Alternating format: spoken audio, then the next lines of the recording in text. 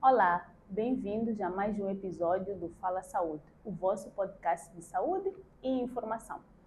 Hoje nós vamos falar de um tema muito mediatizado, um tema certamente até certo ponto polêmico e que tem suscitado várias conversas em rodas de amigos, em reuniões familiares, porque toca em aspectos muito sensíveis da saúde no geral. Não só da saúde, como também da beleza. Então, hoje nós vamos falar das canetas emagrecedoras. E para isso, nós trouxemos aqui uma convidada especial que lida com isso no seu dia a dia, uma médica. Como eu disse, vamos falar das canetas emagrecedoras e trouxemos aqui a doutora Savaiva Mungwami. Doutora, muito obrigada por ter aceito o nosso convite para falar deste tema que levanta muitas dúvidas na cabeça das pessoas e que, como alguém que lida com esse assunto no seu dia a dia, no seu trabalho, vem nos dar informações que são importantes para, de alguma forma, desmistificar aquilo que são as opiniões das pessoas. É sempre importante ter uma visão mais científica, mais responsável em relação a esse assunto. Então, para começar, eu queria pedir à doutora para explicar um pouquinho sobre as canetas emagrecedoras, o que é que realmente são. Porque as pessoas têm várias opiniões, cada um diz o que quer, às vezes até nem é por mal, as pessoas não têm conhecimento em relação a isso. Então, o que é que realmente são essas canetas emagrecedoras? Então, olá. Obrigada pelo convite, primeiro. Depois, canetas emagrecedoras. Pessoalmente, não gosto do nome caneta emagrecedora, porque nós limitamos muito a função, o efeito que os análogos de GLP-1, os famosos Mounjaros, Ozempics e por aí vai, têm. Dizer que estes medicamentos não foram feitos especificamente para emagrecer. Então, sem querer interromper, são medicamentos. Exatamente, eles são medicamentos. E o medicamento vem para tratar uma doença, uma disfunção. Então, eles são análogos de GLP-1, parece um nome complicado de medicina, mas eles elas são usadas para mimetizar, fazer o efeito de hormonas que o intestino produz normalmente. Okay? Para as pessoas que ouvem falar do Ozempic e do Mounjaro, que são os mais famosos, que são nomes comerciais até, porque estão em grupos de semaglutidas e tercepletidas, nós injetamos, né? São picas semanais, mas elas estão lá para fazer o efeito que as hormonas que eu disse no início, GIP e GLP-1, têm no intestino. E aí elas vêm com esvaziamento lento, por exemplo, do estômago, e as pessoas dizem que tem assim um peso no estômago para tirar o que é a fome. E elas vão agir, para além de diretamente agirem no trato gastrointestinal, como na deposição de gordura. O Mounjaro, hoje, mostra-se capaz de mobilizar gordura e daí facilitar a perda desta gordura, que já está depositada. Também tem efeito na parte cerebral, que é um efeito muito importante que foi publicado. São efeitos que estão a ser publicados de forma constante na parte cerebral. Por exemplo, prazer, comportamento, decisão de comer ou não comer. O Ozempic não tinha esta particularidade, hoje o Mounjaro tem. E as drogas que vão sair entre 2026 e 2027 têm mais efeito ainda. Porque, de novo, droga, medicamento, vem para tratar doença. Estamos a dizer que a obesidade é uma doença, estamos a dizer mais, estas drogas não foram inventadas para tratar à obesidade. Ok. Ok? Agora, sem querer cortar o seu raciocínio, como é que surgiram estes medicamentos? Como é que surgiu esse movimento de criar algo que mimetiza hormonas específicas do nosso intestino? Então, os análogos de GPL-1, os primeiros que foram criados do grupo das lirapartidas, a ideia era tratar diabetes. Tratar pacientes que já tinham diagnóstico de diabetes e que podiam não estar a responder ao que é a medicação oral comum que nós usamos e ou a insulina. Ou então estavam a ter dificuldades para responder à medicação oral, que costuma ser para reduzir a resistência à insulina, mas também não estávamos em fase de passar para a insulina injetável. Okay. Então precisávamos de alguma Naquele coisa ali no termo. meio para gerir os pacientes com diabetes, principalmente tipo 2. No entanto, começou-se a ver o efeito desta medicação em pacientes com diabetes e outras doenças, outras comorbilidades.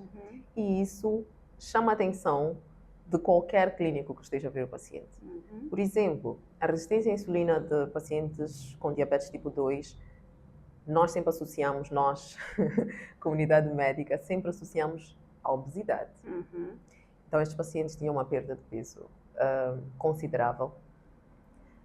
Começou a haver melhoria, por exemplo, da tensão arterial nestes pacientes, com proteção do coração, em que pacientes com hipertensão depois podem ter aumento do tamanho do coração, então tens proteção deste órgão, proteção de rins, que também é uma complicação tanto da diabetes quanto da hipertensão, e por aí vai. Então este medicamento passou a ser um medicamento do momento até para os médicos, por causa do efeito que tem no paciente. Okay. Mas agora eu quero perceber uma coisa. Notou-se que, assim, no geral, esses efeitos benéficos eram derivados da perda de peso mesmo ou de um conjunto? Por exemplo, se a pessoa começasse a fazer esses análogos de GPL-1 e perdesse peso, por exemplo, era diabético e depois começava a perder peso. Chegou-se a alguma conclusão de que, por exemplo, essa perda de peso é que, por tabela, acabava dando bons resultados naquilo que era a função do coração, naquilo que era a tensão arterial, ou esse efeito é direto do uso desses análogos? Okay. O que se vê hoje é que nós falamos de efeito, por exemplo, no músculo, no coração. Falamos de efeito de proteção de células hepáticas e células renais. Existe também um efeito neuroprotetor do GPL-1. Através da medicação direto. Então, para a diabetes, olha-se mais para doses. Alteras a dose, acertas a dose, de acordo com o que o paciente precisa para gerir, por exemplo, o açúcar, a glicemia. Mas depois, para os outros efeitos protetores, ela não é necessariamente dose dependente. E não se precisa de escalonar, de subir a dose do mesmo jeito que iríamos subir para tratar obesidade ou para tratar um paciente com diabetes. Quando olhamos, por exemplo, para as semaglutidas que têm nos grupos de Ozempic e Wegovy, no início, Ozempic era suficiente para tratar diabetes e controla o paciente com diabetes perfeitamente. Tanto é que a dose máxima é de 1 miligrama. Mas o Wegovy já tem 2,4, porque o paciente com obesidade como diagnóstico principal neste síndrome, neste mundo de diagnósticos que o paciente pode ter específico, por exemplo, uma síndrome metabólica, este paciente precisa de um pouquinho mais, porque a parte mental, o córtex pré-frontal ainda não chegou lá. A parte, por exemplo, do sistema límbico de prazer com comida, de decisão, que é a área que controla o prazer, para ele ainda não está silenciada. O que chamamos, por exemplo, de barulho alimentar, do food noise, ainda não está controlado. Então, este paciente precisava de doses mais altas. Daí o Wegovy. E o Wegovy é o único, na prática, que estava aprovado até o ano passado. Agora já temos o Mounjaro aprovado para o tratamento da obesidade. Porque os pacientes com obesidade, estamos a falar de pacientes com índice de massa corporal acima de 30 e outras comorbilidades, né? Para além da obesidade, com outros diagnósticos, estes já precisavam de doses mais altas para controlar o que é os pilares todos que eles têm para a doença de base, como a obesidade neste caso.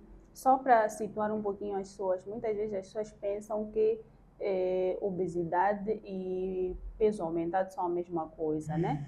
Mas não é. Há pessoas que têm o peso aumentado, mas não são obesas. Então, exatamente, é importante saber que quando a pessoa é obesa é porque o índice de gordura é mais alto. Então, naquele peso que a pessoa tem, o que é mais alto é o índice de gordura. Exato. Então, é muito importante ter isso em mente, porque há pessoas que são musculosas, por exemplo, têm um índice de massa corporal elevado e não são obesas. Então, é muito importante ter isso bem definido. Exato. Agora, doutora, falando especificamente daquilo que todo mundo fala, quer saber, o Mounjaro, o que aconteceu porque são vários tipos de análogos de GLP-1. Isso. Há alguns aninhos atrás falava-se muito do Ozempic, mas Sim, mas foi uma febre muito curta. O que aconteceu para que as pessoas pudessem se interessar tanto pelo Mounjaro? Ok. Os estudos que foram feitos, o último, 2025, outubro, novembro de 2025, compararam o efeito da semaglutida, que é o grupo dos Ozempics, com os efeitos da tirzepatida, que seria o Mounjaro. E eles compararam não só o aumentar da dose, mas a dose que estava a ser usada versus perda de peso que se estava a ter. Okay?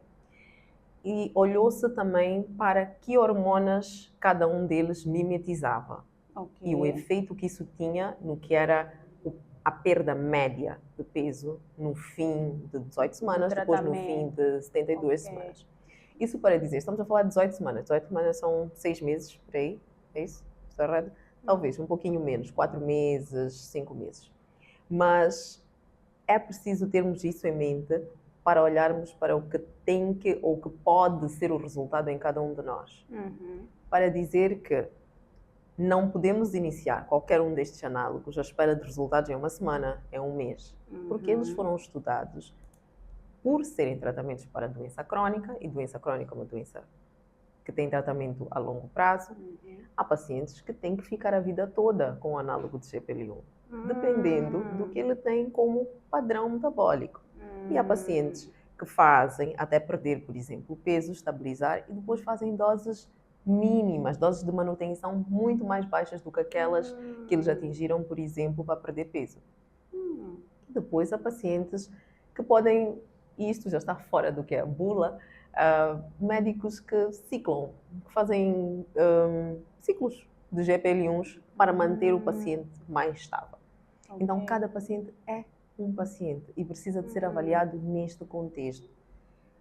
Depois, estas drogas, qualquer uma delas, as duas, foram estudadas em pacientes obesos, ok?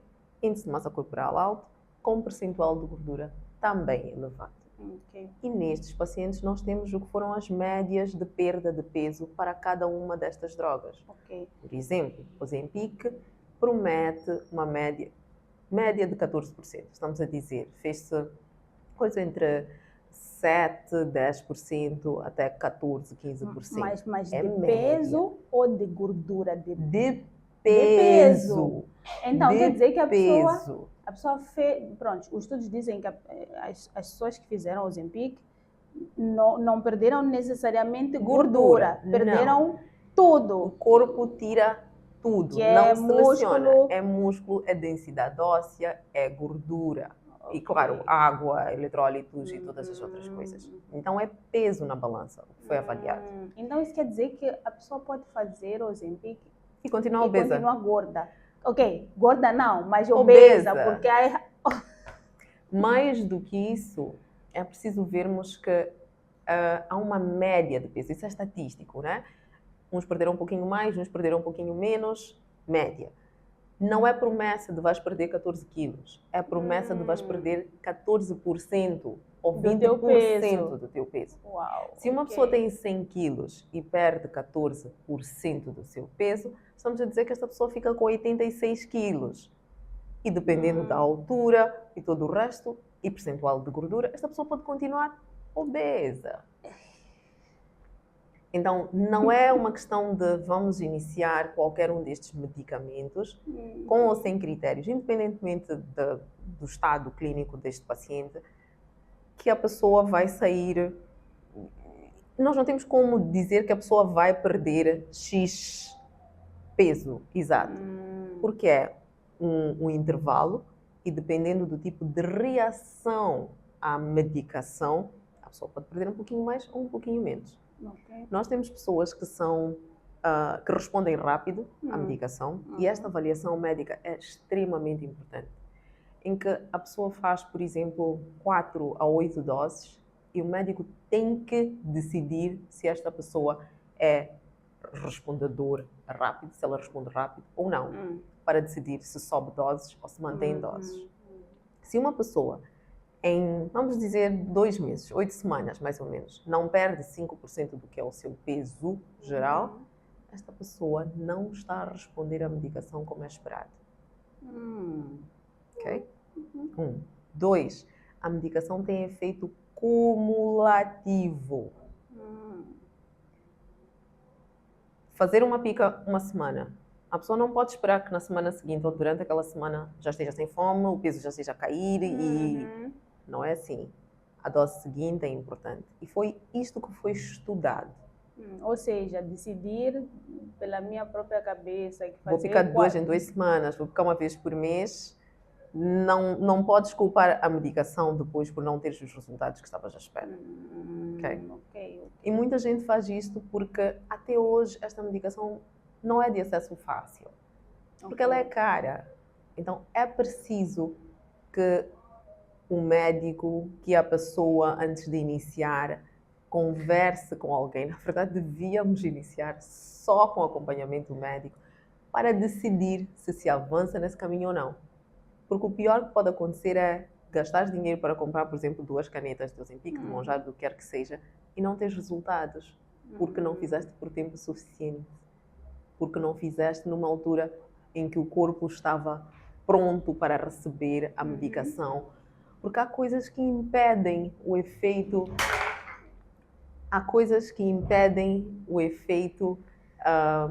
ideal desta medicação. Estamos a falar só do medicamento. Mas se nós não tivermos mudança de hábitos alimentares, se não nos propusermos a fazer exercício de carga, eu sempre vou-vos falar de musculação, porque músculo é vida. Eu disse, Mounjaro, Ozempic, qualquer um dos análogos, perdes peso, inclui músculo. Uma pessoa que faz um análogo de GLP-1 perde peso e grande parte deste peso é à custa do músculo, vai fazer reganho. E só para tentar perceber uma coisa. Tendo em conta que a pessoa vai perder peso, há como saber se vai perder mais músculo ou mais gordura? De início, quando iniciamos a medicação, quando iniciamos não temos como saber, porque cada pessoa é uma pessoa. Mas se é uma pessoa que, por exemplo, decide que não vai fazer exercício, eu já tenho informação suficiente para ter esta luz acesa para o fato de que esta pessoa vai perder as duas coisas. Se é uma pessoa, por exemplo, que não se preocupa ou não assume a necessidade de bater o que nós chamamos de meta de proteína, é uma pessoa que vai perder músculo nesse processo, vai perder densidade óssea nesse processo. Ok, então o que de facto vai evitar que essa pessoa perca tanto músculo assim ou perca, vamos lá, que não perca tanto quanto... Exatamente. Ok. Musculação. Sabe, ok. O que acontece? Ninguém quer ir ao ginásio carregar peso. Não Ninguém precisa. Tá vendo? Porque... Faz calistenia, faz musculação, faz mais alguma do coisa. que isso, gente, fazer musculação não significa ir ao ginásio. Exato. As pessoas têm esse mito na cabeça. Fazer musculação não significa ir ao ginásio, ficar 50 horas. Não significa ir ao ginásio, significa saber que você vai fazer exercícios específicos para estimular os músculos, para que eles tenham atividade. Faz flexões, salta, faz agachamento em salto, faz alguma coisa. Mexer os músculos. Faz alguma coisa. É isso aí. A tal carregar o teu corpo. Isso aí, exatamente. Carregar o peso do teu corpo. Estimular os músculos a fazerem movimentos repetitivos para que eles possam estar como deve ser. Desde que não seja aeróbico. Okay. Sim, mas essa é outra questão. Porque também há esse mito. As pessoas acham que fazer exercício é caminhar, nadar. Fazer aeróbico só. Não. Fazer só isso sem musculação. Não muito certo. Ok. Mas então, o primeiro caminho, o primeiro pilar para nós não perdermos tanto músculo seria exercício. O segundo é alimentação. Nós precisamos de mudar, na verdade, tudo o que está à volta da diabetes e de grande parte das doenças metabólicas tem a ver... Da obesidade. Exatamente. Com o que estamos a comer e quando estamos a comer. Meta de proteína, o que é? É comermos menos shima, menos arroz, menos amendoim, menos coco, menos batata doce, menos mandioca e comermos mais carne, mais peixe, mais ovos, mais órgãos. Virem-se uma fonte de proteína para compensar. Outro dia, por algum motivo, recomendei a alguém a comer fígado e a pessoa olhou para mim com uma cara, fígado? Sim, fígado. É das melhores fontes de proteína. É das melhores fontes de proteína e ferro M e outras coisas. Então, é um órgão importante que devia estar na nossa dieta. Okay. Então, o foco muitas vezes é esse, é alimentação e musculação. Então, isso significa que só fazer os análogos de GLP-1 sem ter em conta essas duas questões não nos vão permitir alcançar o que foi alcançado nos estudos feitos para estas drogas, para esta medicação. Okay. Porque dentro do âmbito do estudo do ensaio clínico, olhou-se para a alimentação, olhou-se para sono, olhou-se para exercício e colocou-se a medicação como auxílio neste processo, não como o carro-chefe. Okay, que é o que muita gente tem feito, que Exato. É usar o Mounjaro, o Ozempic como base e depois, por escolha própria, decidir ou fazer não ou fazer. não fazer. Okay. Exatamente. Agora, outra coisa que eu quero saber, doutora, é, de facto, em termos práticos, quais são os efeitos? Há algum efeito colateral que estes análogos de GLP-1 podem causar? Alguma coisa que pode, de alguma forma, ameaçar, perigar a saúde de quem usa?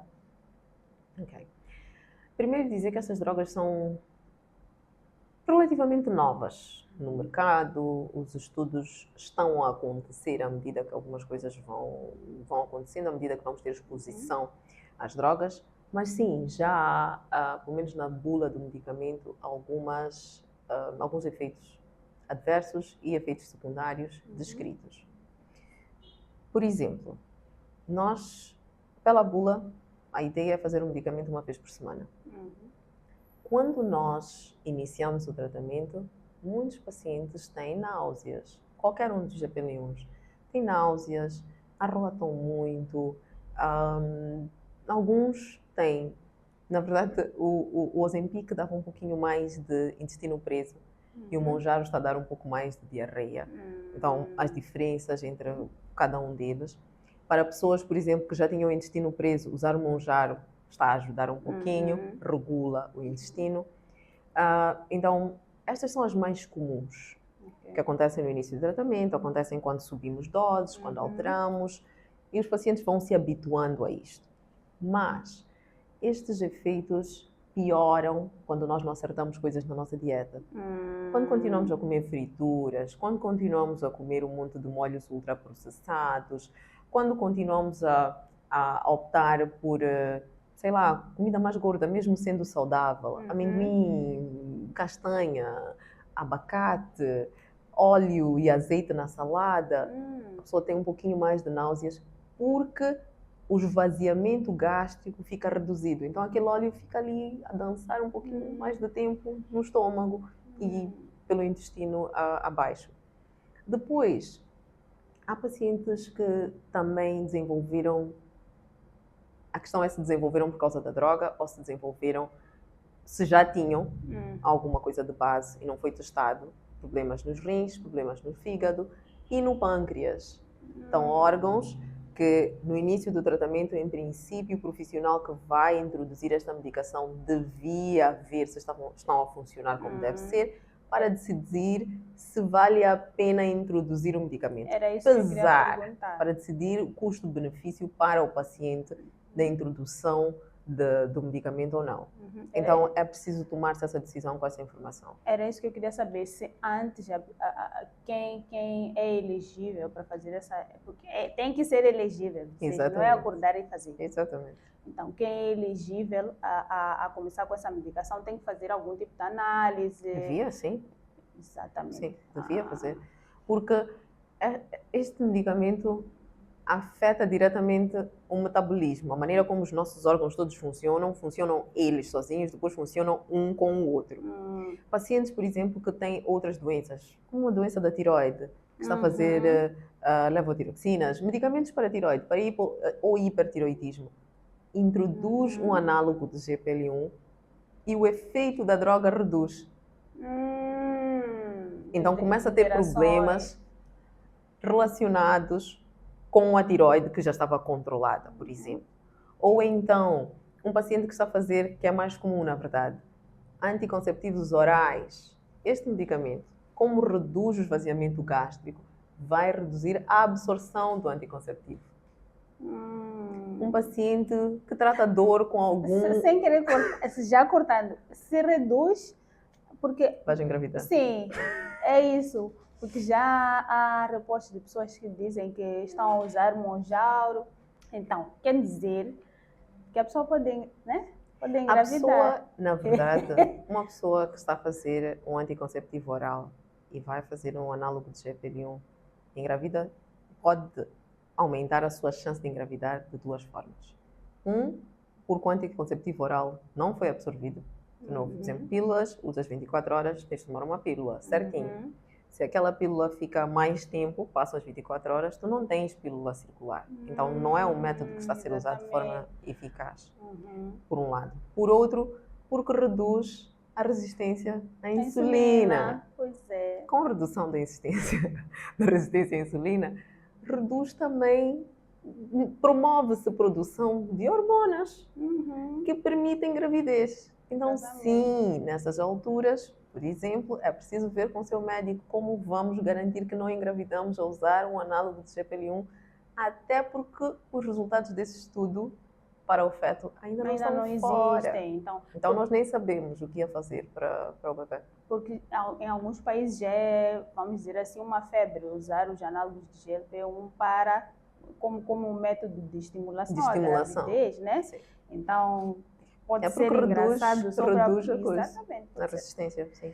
Interessante. Agora, outra coisa que eu queria saber, doutora,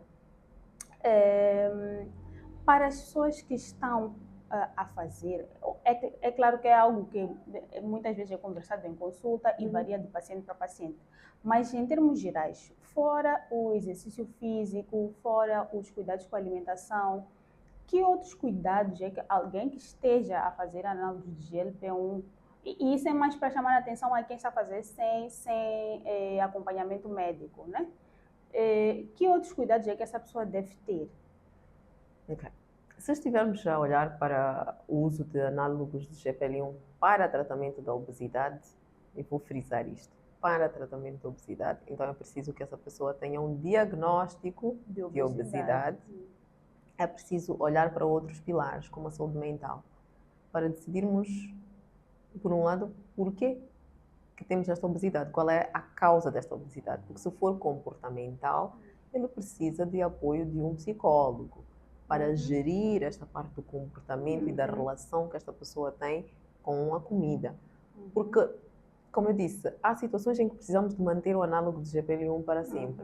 Mas há situações em que temos que considerar e começar a planificar a retirada deste análogo de GPL1. Para se planificar isto e termos um plano sólido para este, estou a colocar entre aspas, porque não é necessariamente um desmame, mas pronto, eu aqui vou chamar de desmame do GPL1, é preciso que esta pessoa esteja pronta fisicamente, que esteja pronta metabolicamente, que esteja pronta emocionalmente para se tirar.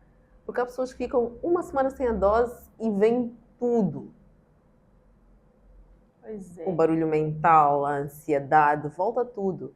Os análogos de GLP-1 hoje estão a ser usados até para tratamento de compulsão alimentar e compulsão ao álcool. Então, já há estudos que mostram que, porque no sistema límbico é uma questão de recompensa.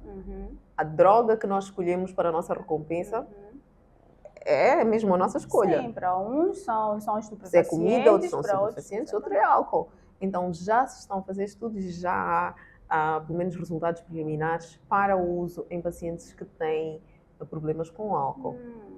Para mostrar que o que nós achávamos que a droga fazia, que o medicamento fazia, nós ainda nem conseguimos ter a noção plena de tudo o que ela pode fazer ainda. E tocando nesse aspecto mental, algumas pessoas reclamam de... Pronto, tem um efeito positivo em relação à perda de peso durante o tratamento, mas quando para o tratamento o peso volta de maneira estrondosa, né?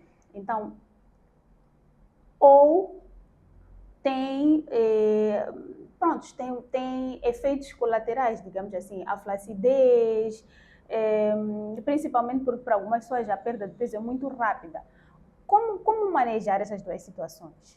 Quem? Tem que ser um médico que está a assistir para manejar. O que as pessoas têm que pôr na cabeça em relação a isso? Porque, no fim das contas, vamos lá, em relação à flacidez, muitas vezes isso acontece porque a pessoa não tem acompanhamento médico. Exato. Então, se você não tem alguém que está a orientar a fazer como deve ser o tratamento com as canetas, os efeitos colaterais, primeiro, não vão ser detectados a tempo, né? Exato. E depois fica essa história de, porque isto não funciona, ora porque gastei meu dinheiro, andei a fazer. Estou flácida. Agora estou flácida. Então, como contornar isso? Pronto, parece uma pergunta retórica, mas é importante estarmos a falar sobre isso. Porque a resposta é simples, na verdade, com o acompanhamento de um profissional que consiga gerir tanto a medicação quanto as consequências. Eu nem vou chamar de flacidez de efeito secundário. Não é. É a consequência de uma perda rápida ou então do uso de canetas num paciente que tinha muito peso. E que depois da pele esticar até aquele nível, ela não tem capacidade de voltar para onde esteve um dia antes daquele ganho de peso todo. Então é preciso também gerir expectativas no início deste tratamento. Expectativa em relação a quanto vamos perder, se vamos olhar para o peso na balança ou se vamos olhar para fotos, para roupa e por aí vai. Expectativa em relação a como o meu corpo vai ficar depois de eu perder este peso. Porque uma barriga em avental não vai se resolver com o uso de nenhuma destas canetas. A barriga vai ficar em avental, só vai ficar pele. Sim. E aí temos que passar para a fase seguinte, para um tratamento, uma reparação cirúrgica. Então, o tratamento da obesidade tem muitas fases. E os pacientes realmente ficam deprimidos, frustrados no fim do tratamento, quando perdem o peso e ficam com aquela pele toda excessiva. A pele não vai ter capacidade de gerir 100 quilos perdidos. É muito, é. Então precisamos de cirurgias reparadoras. Então cada caso é um caso e é preciso ter um profissional para nos conduzir em relação a isso e ir gerindo as expectativas à medida que vamos perdendo peso. Por outro lado, é preciso as pessoas saberem que perder peso muito rápido vem com este tipo de consequências. Uma pessoa que chega e diz, eu perdi 20 quilos num mês, perdi 10 quilos num mês, para o corpo isso já é um stress muito grande. O corpo não sabe muito bem o que fazer quando começa a perder muito peso ao mesmo tempo. Para ele é um stress. ativa-se fight or flight. Ele precisa de se defender desta perda repentina. Depois,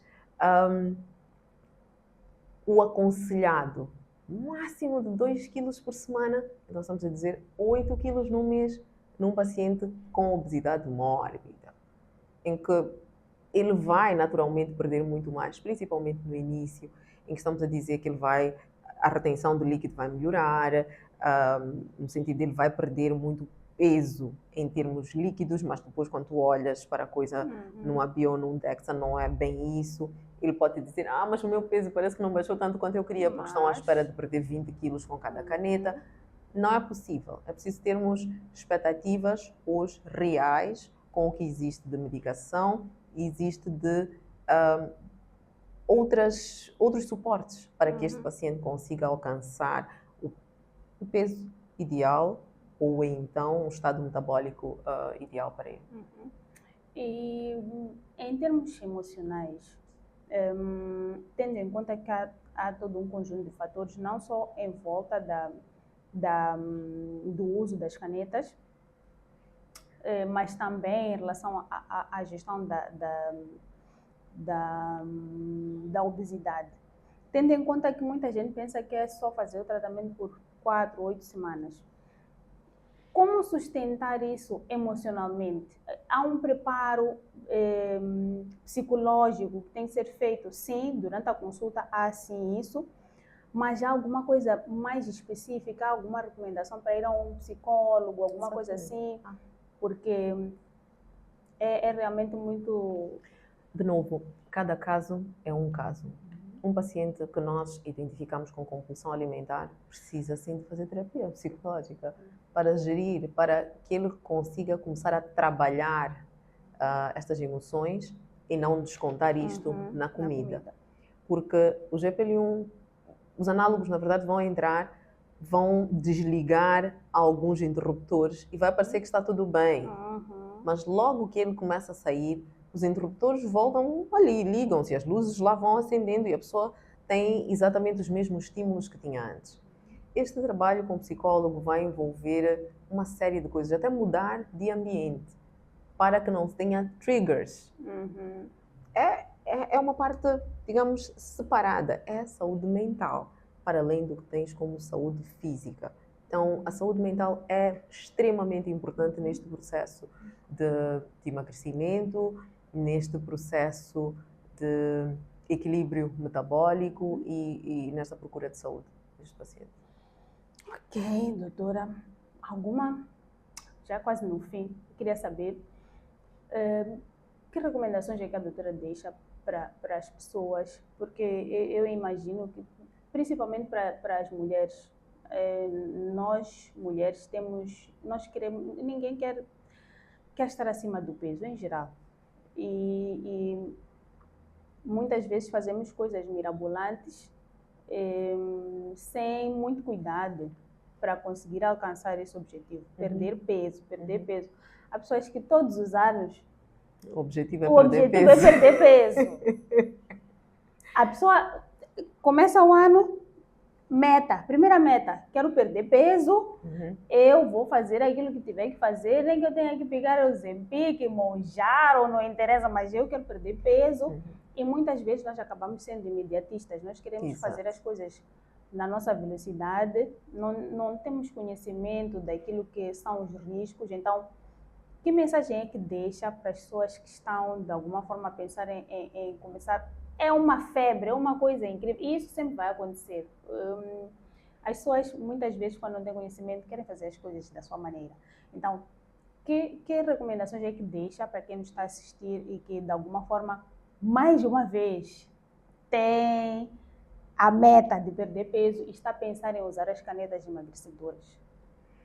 A primeira é que estas canetas emagrecedoras são um medicamento e que têm efeitos secundários e efeitos adversos e que elas precisam de ser manejadas, usadas, geridas por um profissional com conhecimento suficiente para gerir cada um destes efeitos secundários e ou adversos que vão aparecer. Porque existem sinais de alarme no uso destas canetas. Sinais estes que, não sabendo, nós podemos ignorar. Uma coisa é redução, por exemplo, do esvaziamento gástrico. A outra é o que nós chamamos de gastroparesia, que é o intestino e o estômago parar de vez. Então, é preciso que alguém esteja atento a estes sinais, a estes sintomas, para dizer, isto aqui já foi além do que era esperado termos com este medicamento e precisamos de agir. Porque senão tem complicações que levam à morte destes pacientes. 2, áreas como picar, onde picar e por aí vai. Há pessoas que têm alergias a estes medicamentos. Pois E é. tem hiperémia no local, tem outro tipo de reações alérgicas ao medicamento que é preciso que alguém esteja atento. Lembrar que é um medicamento que nós picamos, está lá, não é como um comprimido que tu podes rapidamente tirar. Remover. Então, ele precisa de sair do corpo e precisa de assistência médica para que isso aconteça, caso tenhamos este tipo de reações. Ou então de um medicamento para travar o efeito deste análogo de GPL1. Então, é importante termos em mente que é medicamento que seria ideal, que o ideal seria que fosse receitado, prescrito, dentro do que são critérios para a prescrição destes medicamentos e que depois tivéssemos um manejo adequado deles, desde a introdução. E lembrar que os estudos foram feitos, tanto de 2022, sob o 1 como o 5, foram feitos a olhar para a progressão de dosagens para se alcançar a perda de peso desejada. E mostram claramente o que significa não progredir a dosagem, o que significa interromper, fazer uma semana sim, uma semana não. Então, os resultados no final deste período têm mais a ver com a maneira como o medicamento está a ser manejado do que com o próprio medicamento. Uma estratégia. Exatamente.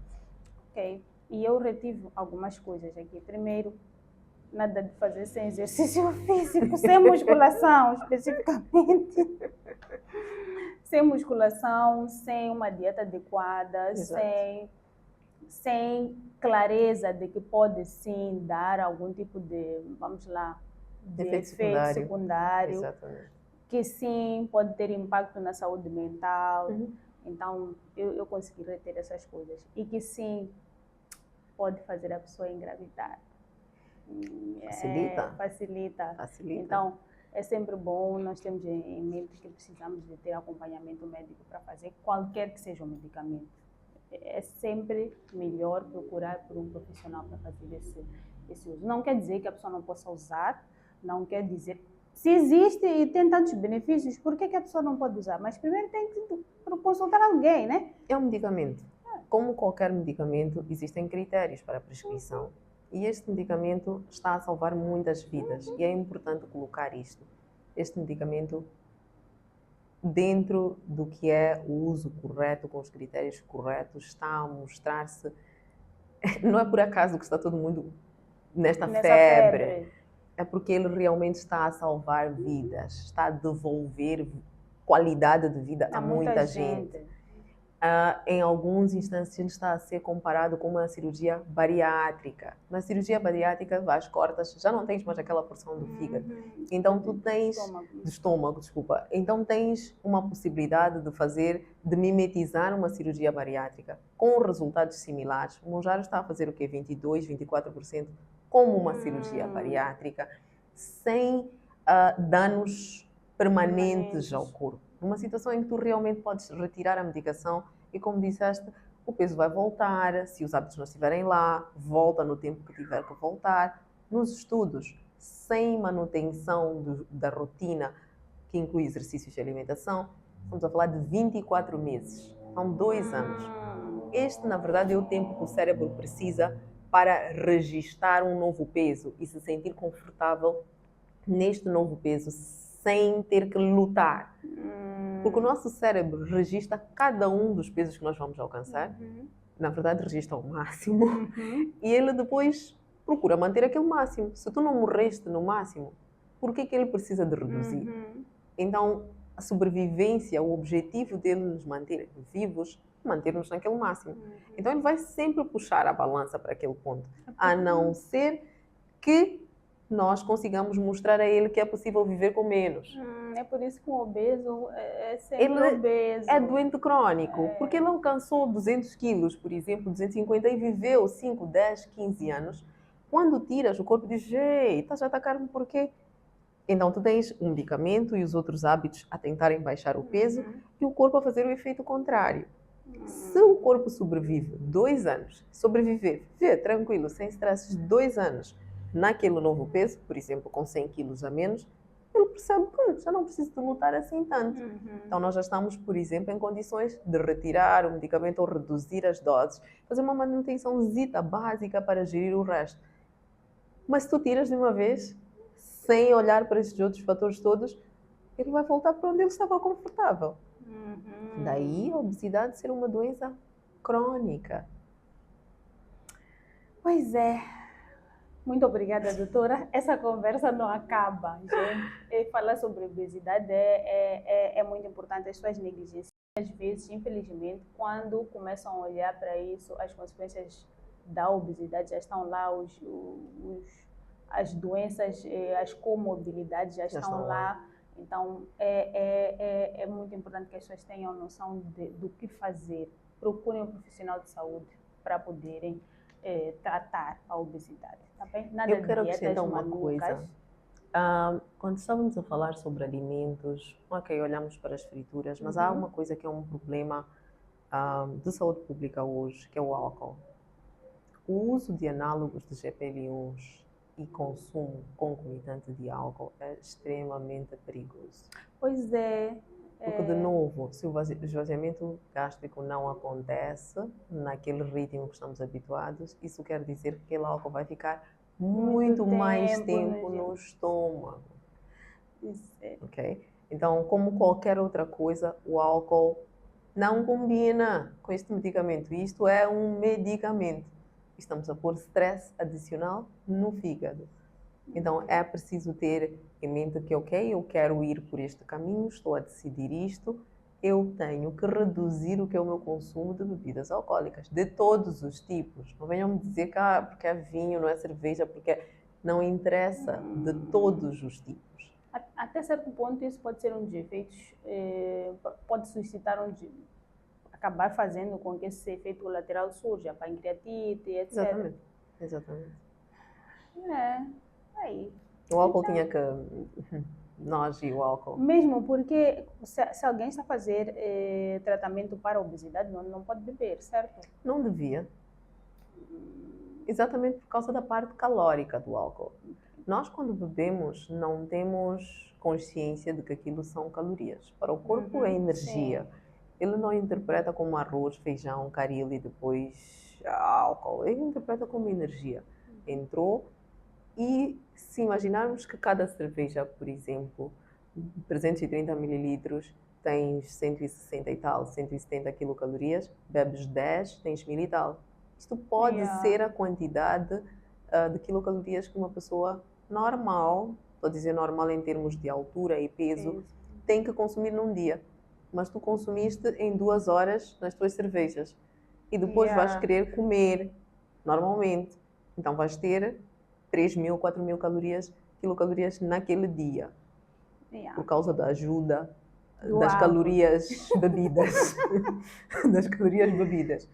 E aí inclui também sumos, que também são calóricos, porque são fruta, tem açúcar. Então, estas misturas, é preciso ter tudo isto em consideração quando vamos iniciar, por exemplo, não só com os análogos, mas um processo de emagrecimento, para não termos calorias que são imperceptíveis. Ok.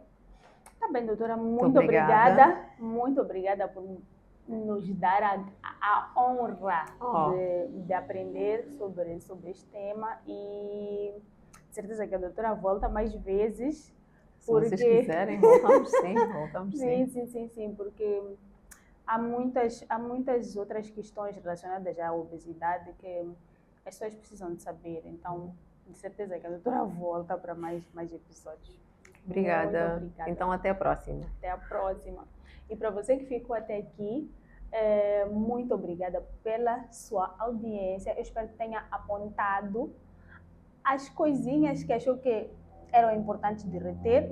E mais do que isso, siga-nos, deixe o seu comentário em relação ao podcast, sugira temas que você gostaria de ter aqui para aprender sobre eles.